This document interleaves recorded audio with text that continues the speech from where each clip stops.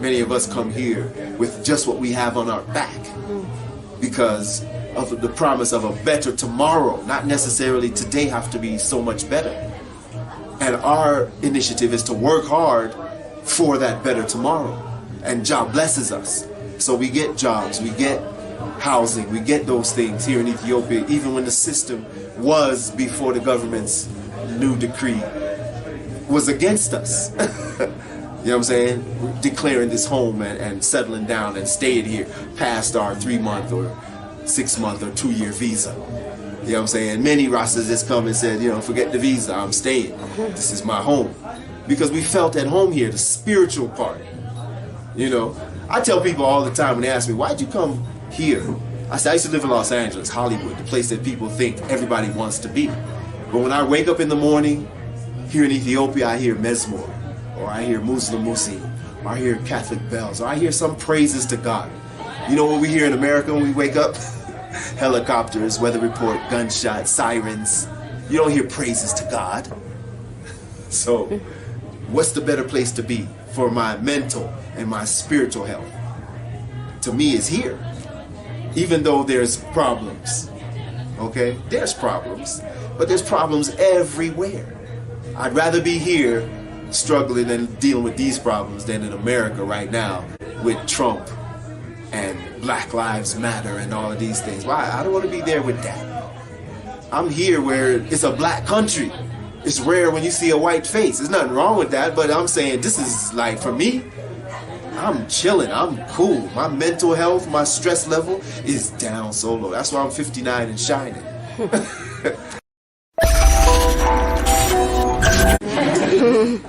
This piece is called The Pool of I. Autobiographical. I'm like a pool of water that you can't see the bottom of. You got to jump in to know how deep I go. Head or feet first, it really doesn't matter because the depths are infinitely unfathomable. Swim in my thought stream, float in my mind dream. The hot and cold springs combine to create a warm sensation as you glide through the current of my cogitations. Relax. The bubbles you feel is the natural carbonation. Pain, sadness, joy, and elation. Jump in, get wet, feel my inspiration. Jump in, get wet. So, thank you, Brother Timothy, for your time. Happy birthday first, and to spare me this, you know, from your special day to dedicate this time to this interview. Brother Timothy, I would like to start by asking you, how did you ended up in Ethiopia? Well, my story begins in with my great-grandparents. My great-grandparents were Garveyites, followers of great Marcus Garvey. He was a Jamaican. He came to New York. He organized black people together in the Universal Negro Improvement Association and African Communities League. He taught black people to be proud of being black and to identify themselves as black and Negro and not colored. And it's just his whole approach was different than any other black leader at the time. So he amassed a following of over 6 million from not only in America, but Southern America and South America, Central America, Nigeria and South Africa, and also the islands in the Caribbean. So he had branches and 6 million of followers all throughout the black universe. And Marcus Garvey taught us to see things through African spectacles. And so my great-grandparents from a very early time replaced the pictures of white Jesus and icons for black ones. And when Haile Selassie was crowned in 1930, that was a big thing for black people in America, not just in the Caribbean, but in America also. So pictures of Haile Selassie went on the walls, and Ethiopian iconography and artwork and these things were in the house, Ethiopian crosses, things like that. So I grew up with that, understanding that background that we are Ethiopian, we are not colored or African American or Negro or any of those things. We were Ethiopian. And Ethiopia was mentioned so many times in the Bible, and how it referred to us, Israelites, the Ethiopians, the intertwining of these peoples. We knew that they were our people back in those times. So I always had a desire to come to Ethiopia. I visited West Africa in the 80s, But Ethiopia was always my dream that I would end up here. So now I've been here the last 10 years. How is it like your imagination versus reality on the ground when you come in Ethiopia? What was your impression? That's an interesting question. You know, again, like I said, as Rastafarians, everything we do is based on Ethiopian reality, or our impression from outside of what Ethiopian reality is. The dreadlocks comes from the Bahatawi and the freedom fighters who let their hair grow naturally and didn't comb it and didn't cut it. You know, that's where that comes from. It doesn't come from Jamaica. It comes from Ethiopia. All of the things we've adopted as Ethiopians, the Bobo Shanti, how they wrap up their hair like the priests, and even their dancing with the drums and everything. It's the Rastafarian, the Nyabingi beat, but it's, you know, the movements are Ethiopian, because this is what we saw in films and newsreels and those things. Thousands of African Americans lined up to fight against the Italians in the 30s, in Harlem, in Cleveland, in Detroit, in Chicago, in New Orleans. Like, black people lined up, and when they wasn't allowed to fight in the war, they went to Italian neighborhoods and they caused ruckus. They broke windows. They ran up in stores, and, you know, what they call looting. But those are the tactics of freedom fighters. You know what I'm saying? You come into our neighborhood and you're exploiting and taking our money, and now you want to invade our country? Nuh-uh. Not doing that. Not here. Not among us. And that's what black Americans did in the 30s. That's why Haile Selassie sent Dr. Malaku Bayen to form the Ethiopian World Federation, because there were people who wanted to support Ethiopia during the war.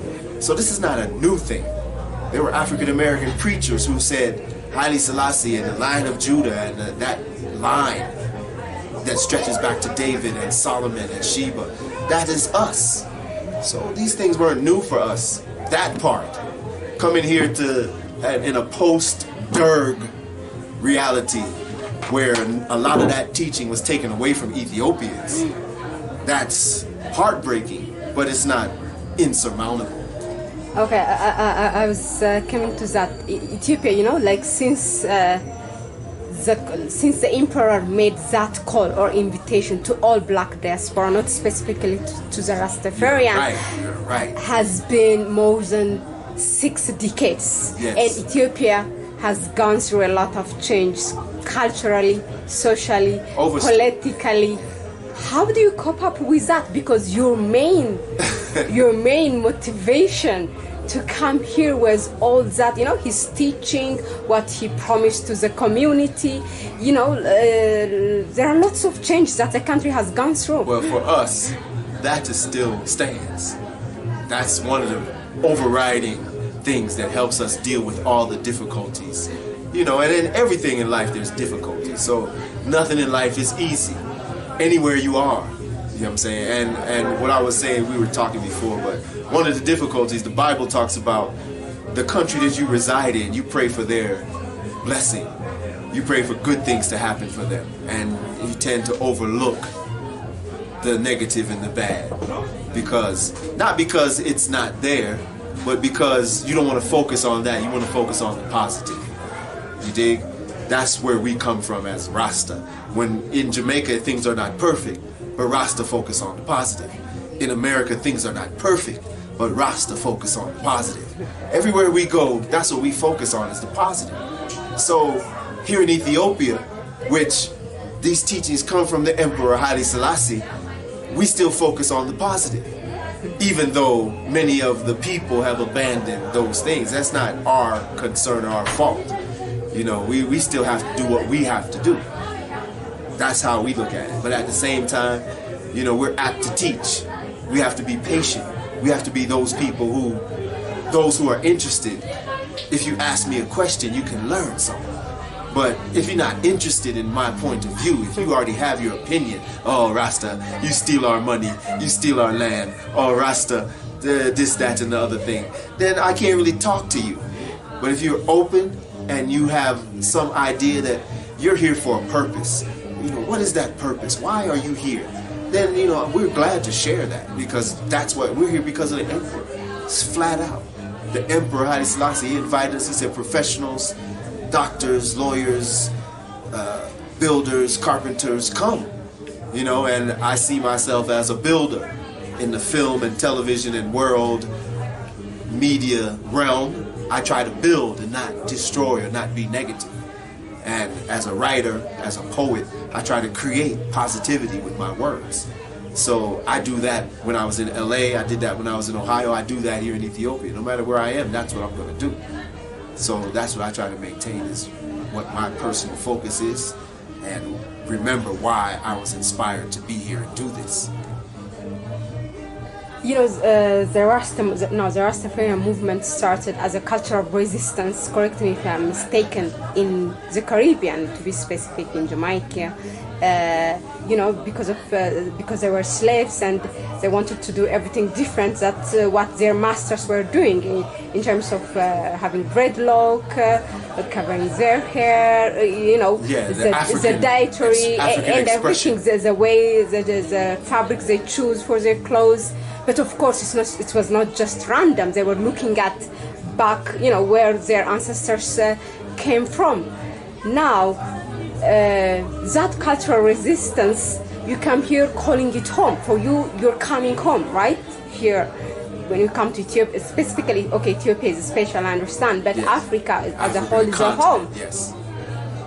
But now the people has gone, you know, as I said, culturally, socially, we have gone through changes, and we are more, we like to think we are more globalized instead of sticking to our culture of our ancestors. The root of our culture. Yes, and how can you? Is it still home for you? Like living with differences, a lot of differences. Yes, it is still home. You know, again, first of all, I didn't come here with the idea that it would be Zion or heaven, as many Rastas are delusionally thinking that that's what this is. I understood that much, that we're still in the 21st century. The Armageddon has not taken place yet. So, and the fundamental change of the human heart has not begun. So there's still the same good versus evil mentality throughout the world. And that includes Ethiopia. So that's my reality. I understand that. So I wasn't shocked or surprised. I was hurt. You know, I was hurt when I got beat up and robbed. Not just hurt physically, but hurt, you know, internally, because, man, I was just getting comfortable. I felt I was so at home and so relaxed that I wasn't looking over my shoulder like I was in LA. I wasn't as diligent on my own personal safety as I would be if I was in Los Angeles or New York or Chicago or DC. And so therefore I became a victim of crime. So I was not only hurt at the fact that some Ethiopians are driven to that, the fact that I was caught slipping, because that hurt me. I was caught slipping like that. And then not only that, but, you know, I really felt at home up to that point. Now it's still home, but now I have to watch my back, just like when I'm in, you know, so, because that's the reality. People are hungry. People feel like if you're from foreign, you have more, you know, and that's not the reality. Many of us come here with just what we have on our back because of the promise of a better tomorrow. Not necessarily today have to be so much better. And our initiative is to work hard for that better tomorrow. And job blesses us. So we get jobs, we get housing, we get those things here in Ethiopia, even when the system was, before the government's new decree, was against us. You know what I'm saying? We're declaring this home and settling down and staying here past our 3-month or 6-month or 2-year visa. You know what I'm saying? Many Rastas just come and said, you know, forget the visa, I'm staying. This is my home. Because we felt at home here, the spiritual part. You know, I tell people all the time when they ask me, why'd you come here? I say, I used to live in Los Angeles, Hollywood, the place that people think everybody wants to be. But when I wake up in the morning, here in Ethiopia, I hear Mezmor, or I hear Muslim Musi, or I hear Catholic bells, or I hear some praises to God. You know what we hear in America when we wake up? Helicopters, weather report, gunshots, sirens. You don't hear praises to God. So, what's the better place to be for my mental and my spiritual health, to me, is here. Even though there's problems, okay? There's problems, but there's problems everywhere. I'd rather be here struggling and dealing with these problems than in America right now with Trump and Black Lives Matter and all of these things. Why? I don't want to be there with that. I'm here where it's a black country. It's rare when you see a white face. There's nothing wrong with that, but I'm saying this is like, for me, I'm chilling, I'm cool. My mental health, my stress level is down so low. That's why I'm 59 and shining. Let's talk about the challenge deep. What are the challenges that especially the cultural expression challenge? For example, it could be in terms of having dreadlock, the way you dress up, your dietary, and then not to forget the main thing, the ganja ritual. What are the challenges? Well, okay, again, for me, and our teaching with the Prophet Gad was don't make nothing a problem. So ganja is not a problem. I don't have to smoke. I smoke when I want to smoke. I don't have to smoke, so if it's illegal or if it's somebody who's offended by my smoke, I don't smoke. But in the privacy of my home, I can smoke. You feel me? I don't have those problems with society or try to enforce. I lived in Los Angeles where it was the same thing until suddenly they said, oh, for medical reasons, you can smoke. And then now they're even broadening that. And all over in the U.S., they're broadening the restrictions on smoke. In Jamaica, where they used to beat and trim and jail Rastaman for smoke, now it's okay for Rastaman to have up to a couple pounds, or, you know what I'm saying? So things change. I'm not worried about that. Smoke is not a problem for me. It's not a problem. If there was smoke, give thanks. If there's none, gift your thanks. That's not the problem. You know what I'm saying? The problem that we have is bureaucracy. If we have a death in the family, we want to fly out, how we're treated by immigration and how we're treated by government officials. Because we're invited here, we come here, we make our home here, then we have to fly out and we get treated like criminals. That is not fair. So again, I want to thank the government for arriving to the conclusion that we are domestic diaspora. That's still not really what we want, but it's what we will be able to live in Ethiopia without stigma. You know what I'm saying? You're not illegal, you're not, a squatter, you're not, these things that have been tagged onto us that we're not. We're repatriates. We are returnees. We're not refugees. We voluntarily leave the places where we were born to come here. So we are returning to our father's land. Repatriation, that's what that is called. That's what we are, and we want to be recognized as such. So domestic diaspora, I'll take it. I'll take it. You feel me? At least now we can work without work permit, without people asking about our visa, without these stigma, and we're more free. That's where our problem, the challenge has been. Nothing more, nothing less. All of the different rituals, Nyabingi and Bobo Shanti and 12 Tribe, those things are not the problem. We're Rastafarians at the end of the day, all of us. We're Rastafarians. So many of us are Orthodox Christian. We've been baptized in the Orthodox Church. So that's who we are. We come to be part of Ethiopia. We didn't come to as separate, as Forenji, as a separate nation or anything like that. Do you think your cultural expression has alienated you from the local community? The way you dress, the way you make your hair, the way you eat, the way you smoke, the way you worship? Everything that we do, we took from Ethiopia, from the emperor. So, like I said, the freedom fighters and the Bahatawi grew their hair like this before any Jamaican or Black American or South American or Central American grew their hair like this. We saw pictures from Ethiopia that inspired us. Ethiopia is what inspires us. So if the people are uncomfortable with their own history, that's their problem. That's not our problem. How we worship, again, during the days of the emperor, the people used to worship the emperor. There were mezmors in the church for the emperor. Just because the Derg wiped those out and said, no, now you have to sing to Mary, does not mean it never happened. But many people, many of the generation presently doesn't remember. But the old ones remember. Ask them.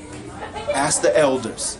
They remember when people used to line the streets with flowers and kneel when the emperor's car was passing, saying, "Mighty, mighty, mighty, Lord God Almighty, our emperor is divine, descended from David and Solomon and Sheba." The people used to chant these things, not the emperor. He didn't put this out as propaganda and say, "You must do this." People did this voluntarily for hundreds of years. And the Derg came in and said, "Oh, that's backward. You can't do that anymore." They killed all the people who believed it steadfastly in their heart. And the only people who survived are the ones who kept their mouths shut. But they remember. Ask them. The great-grandparents, the grandparents, the people who were alive during Haile Selassie time. They remember how it was during the emperor and how the manners were better and how everything, even they welcomed foreigners with a more kinder heart. Even Haile Selassie's directive when the Italians were defeated: feed them, clothe them. Don't use them shamefully and despitefully. Because when Menelik defeated the Italians and the Italians had to leave, people stripped them naked, they kicked them in the butt, they beat them, they did all kinds of atrocities to the prisoners of war. But Haile Selassie said, "No, don't do that. Treat them with love and kindness and send them back to Italy." So that's the example we set, that, hey, people can come against us, but we're not going to fight against them like how they come against us. We're going to treat them kindly, give them food to eat, and send them back to where they belong. What do you think is the motive behind this endurance for the Rasta community here in Ethiopia? You know, living here without the government recognition for half a century. What is behind this? Yeah, well, first I applaud those soldiers who came 40 years ago, 50 years ago and held it. Even when there was no development like today, there was just land and gyms. And they stayed. God bless them. But for us, again, like I said, it was a calling. We were called to be here. So circumstances, difficulties, resistance, those things can never matter.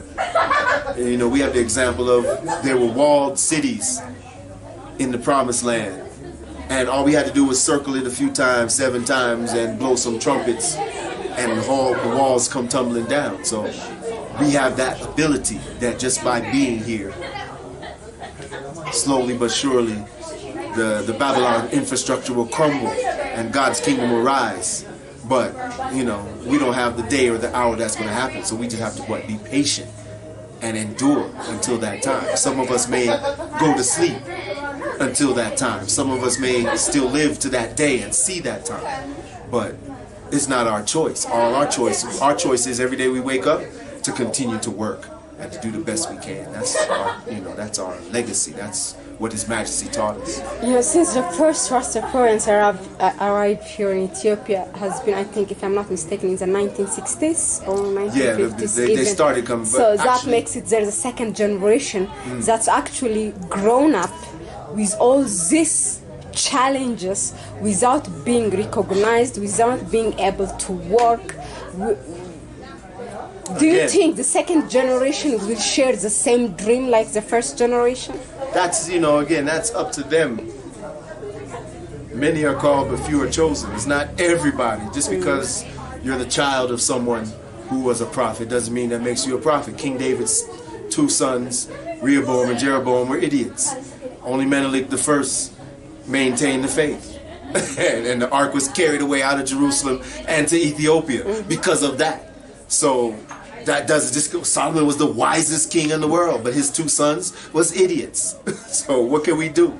You can't really put one generation expectations on the next generation. You can teach them and hope, but it's up to them to pick it up and carry it on. We are the generation from our forefathers who picking it up and carrying it on. If our children pick it up and carry it on, God bless them. But if they don't, the blood is off my shoulders because I taught them, I told them, I showed them. So that's how I look at it. It's like I preach the word in my poetry, in my daily speech, in my example. I dress African, not just when I perform poetry. My man can tell you I dress like this at school. I teach school like this. I talk to people, you know, I might tie the dreadlocks back, but I work, I move around like this because this is who I am. I was like this in LA because this is who I am. I don't change because of fashion or because of what society dictates.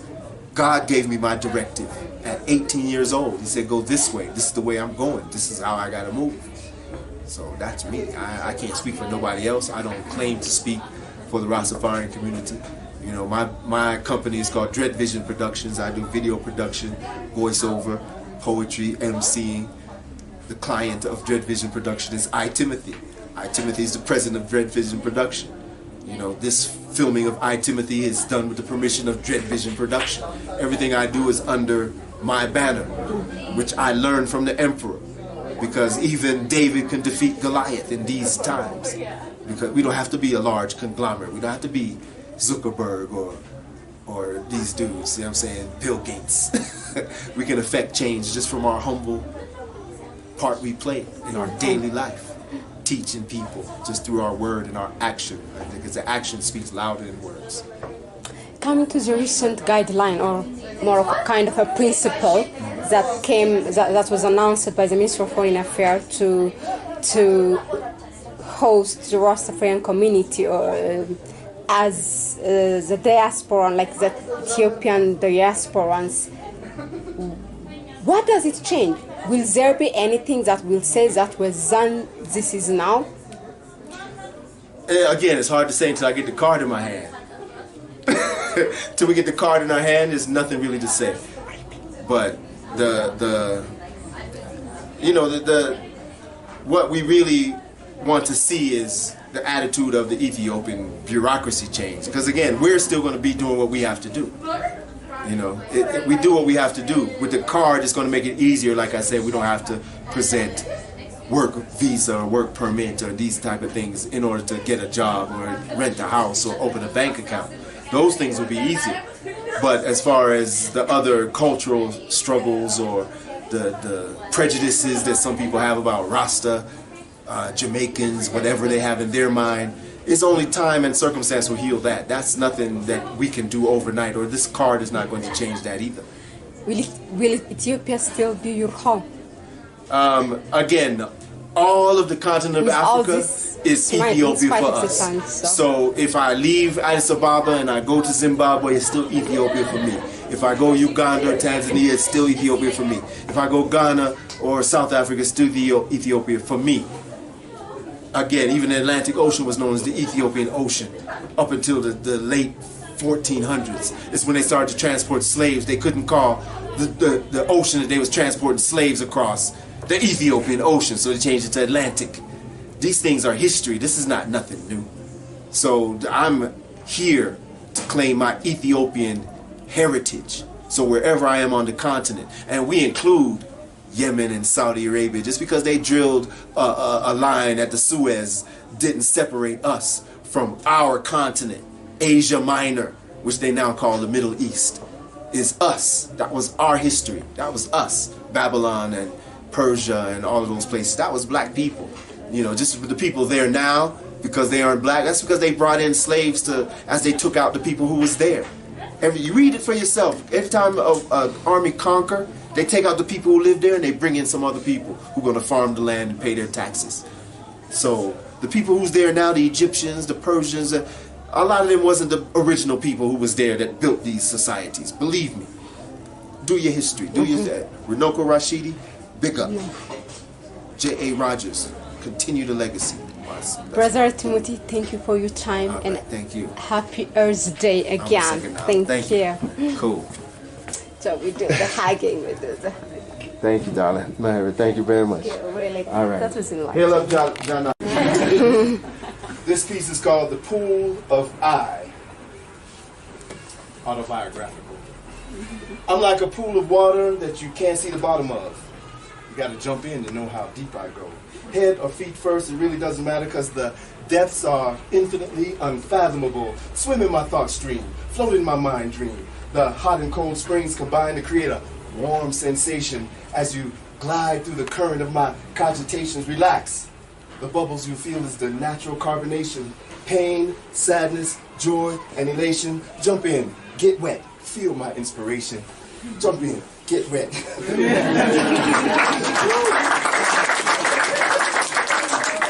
Okay, last piece, I promise.